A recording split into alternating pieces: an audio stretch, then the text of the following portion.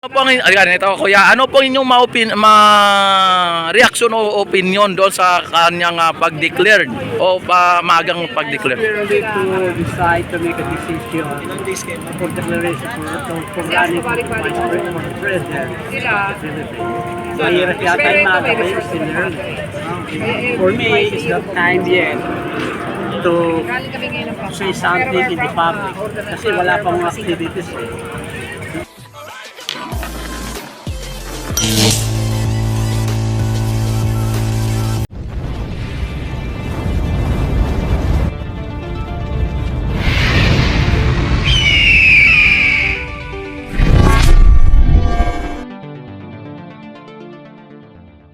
People of the Philippines have been finding a lot of solution for the problem here in the Philippines. So for me, it's really a time to say something about it. Ano rin po inyo masasabi nung siya ay pumunta sa iba't ibang bansa tapos sinisiraan po ang ating bansang Pilipinas? As a vice president, you have to assist the president to find out the grounds for a better Philippines. Kasi kung one-sided ka lang, the Philippines will not grow, will not go any farther. Yan ang para sa akin. Kaya dapat neutral at saka nalasan na naghintay na lang sa time, the right time to do the right thing. Para sa akin. Pero yung aga pa, napapasok lang yung 2026. They're saying that it's hindi dapat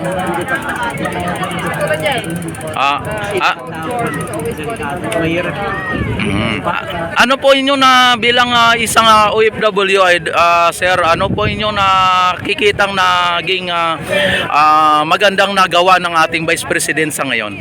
So far wala ko nakikita magandang nagawa kasi yung nakikita ko si President Marcos, your President, actually doing the best for the benefits of the people here in the Philippines. Nakikita ko yung peace talk group sa lahat ng bagay dito sa mga higher people, different countries, different nations.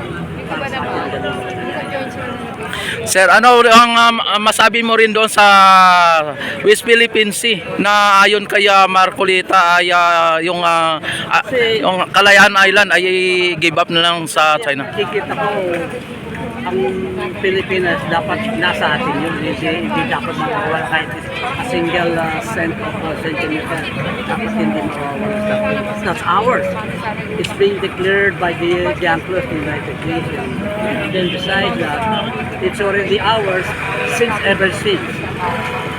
Namulat tayo sa atin yung Pilipinas. Yung Kalayaan Island. Kaya mahirap yung ibibigay. Dapat maging Pilipino ka, you have to defend Filipinos. Tama. Yan ang pinaglalaban ng ating mga bayani, sir, di ba? Lalaban natin yun. Hindi pwedeng panibigay kahit centimeter lang. Nakakaya. Dito tayo nakalip eh. We live in the Philippines. Ay, ano pong masabi mo kay Senator Marcolita dahil yun ang sinabi niya? Para sa akin, bias yung bias. Hindi makatang. Para sa for me is not right to say that. That's kanyang conclusion niya, opinion niya yun. Sariling opinion, you can say nothing para. Sa kanya yun, that's his ideas. Ayon sa kanya, sir, ay hindi naman daw siya maka-China at hindi naman siya pro-China. Ano po ang inyong masabi? Ang nakikita ng mga tao, pro-China. 100% pro-China. Kasi hindi ko nakikita ang tinitipin ng pabor siya sa China. Ayan. Sir, ayan. Ay, sir, isa pang tanong at siguro last question ko na lang to sa iyo. Ano po ang inyong masabi dahil po dati ang sabi ni former Duterte na ipamimigay na lang ang West Philippine Sea. Ngayon ay na-discover o na-discover ang natural gas na napakamahal ng natural gas doon sa gustong ipamimigay ng dating Pangulo. Yung dating Pangulo kasi, probably, they have an agreement already between them, the previous administrator, together with the Chinese people. dapat as a president, you should defend our point blank. Period. Nothing else. Ay, pabor po kayo sir sa last question na sir, pero pabor po kayo sa mga ginagawa ng ating Pangulo ngayon na depensahan ang ating soberanya at palakasin ang ating For me, as a old people, I'm 100% I support the administration because he's our president. He's doing the best for the people of the Philippines. Yun lang masasabi. He's doing the best. Excellent job. For me, excellent job. Nothing else. Kasi nakikita mo yung mga dignitaries, different countries, they came over to find out common ground sa Pilipino. Ang presidente is doing the best for this country. Wala nang iba, wala kang masasabi ko sa Pilipino. Kaya lang, sabi nila, mahina, pero is the best. Hindi mahina, mabait lang. Is doing by law.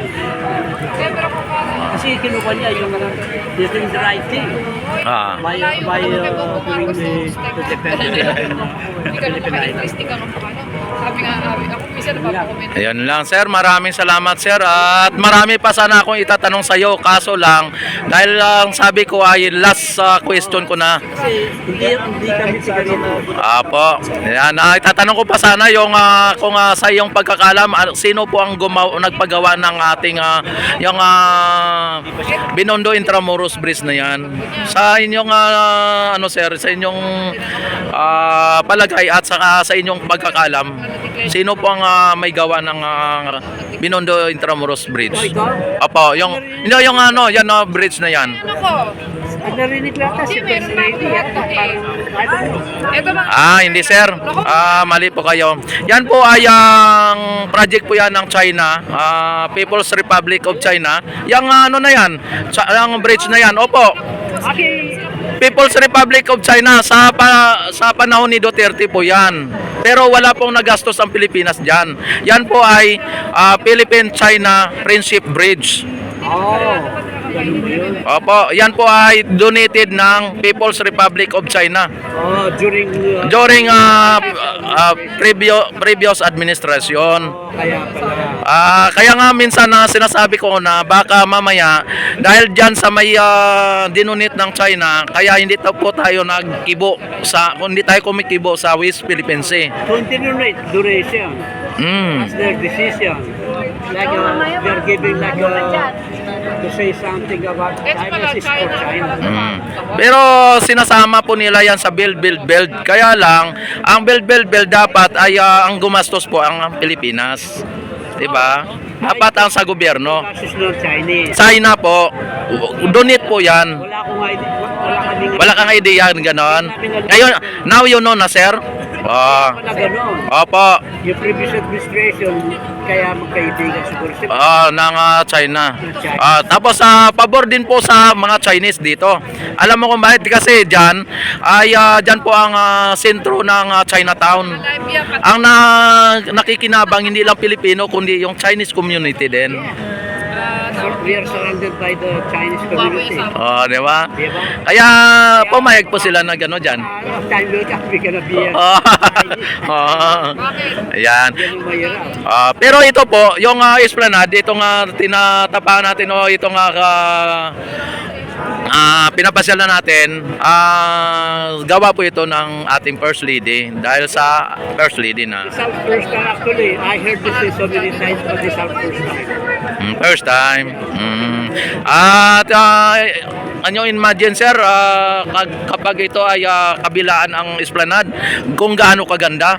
Tapos hanggang Laguna de Bay.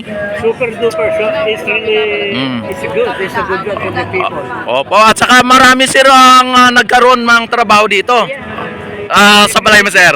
That's very nice. Yeah. It's really sa 110%. 110? Agree. Yeah. 100%. Maniwala ka ba sir yung mga negosyante na maliliit na mga negosyante na yan ay ang may-ari ay nandyan? 'Di ba? Mga tao lang, di ba? Mga tao lang nandyan eh. Yung ibig sabihin, yung mga sinisweldohan ng may-ari ng yung mga ano na yan. Halimbawa, katulad ng yan, yung Arcanto Barbecue. Hindi naman po dyan ang may-ari. Wala po ang may-ari dyan eh. Ang mga tao lang po ang nandyan. Yung mga sinusweldohan, ibig sabihin, nag-create po ng more job. Georgia. Opo. Di ba? That's good. Actually, they're making $600, $700, $700 pesos a day. That's good luck for them. Ayan. Ayan. Dati may business. Opo. Masaya mga tao. Sama na ngayon. People are enjoying right now. Yan. Pwede ka mag-standby pag gano'n. Opo. Ayan, sir. Sir, maraming salamat and God bless po. At kailan po kayo babalik sa Kaya nga gusto ko na Actually, halos ako sa Quantity coming back sa 26. 26? Ayan, sir. Kami, Ayoko na naman ako na makakapit. pending kami dahil one way lang. Anong lugar, sir? Anong bansa? Los Angeles. Los Angeles. Ayan. At si Sir Aya parang mukhang halatang balikbayan din si Sir. Pareho, ano? Ayan, talagang ano no. Kasi Rex TV ka, Rex Rex. Zoe. Ayan. Saan po kayo dito, ma'am, sa Maynila o dito sa Pilipinas? Anong province nyo po? Pampanga. Wow, at mga kabalin, ano, ma'am? Ayan.